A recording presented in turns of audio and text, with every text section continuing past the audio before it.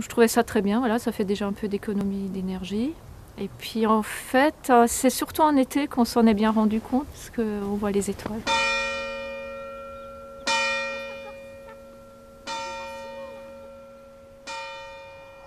Au printemps 2008, nous avons décidé d'interrompre l'éclairage public de 0h à 6h du matin. Et cette mesure est entrée en vigueur au mois d'août de la même année.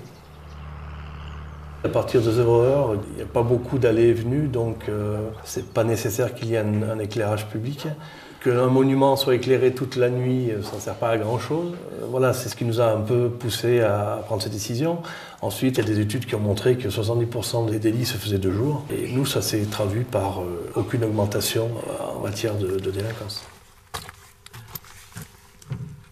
Là, il y a l'horloge qui nous permet de couper l'éclairage public, de le mettre en route et de le couper. Les horloges, il y en a deux. Il y en a une ici au village du bas et une au village du haut, environ 600 € pour les deux. Donc c'est quelque chose qu'on a amorti sur 2 ans. Je trouve ça très positif d'économiser l'énergie et d'éteindre les lumières à minuit.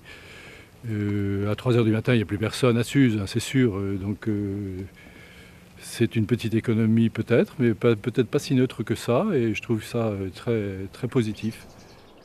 C'est surtout symbolique en fait, hein, et ça permet de montrer aux gens qu'en faisant un petit peu attention à ce qu'on fait en matière d'économie d'énergie, on arrive à avoir des résultats financiers, mais aussi on réduit l'empreinte écologique qu'a la consommation d'énergie en règle générale. Ça serait bien de l'étendre aussi dans les villages dans la vallée, quoi, aux alentours, parce qu'il y a quand même pas mal de petits villages et ça serait intéressant de voir comment ça peut se propager. Ouais.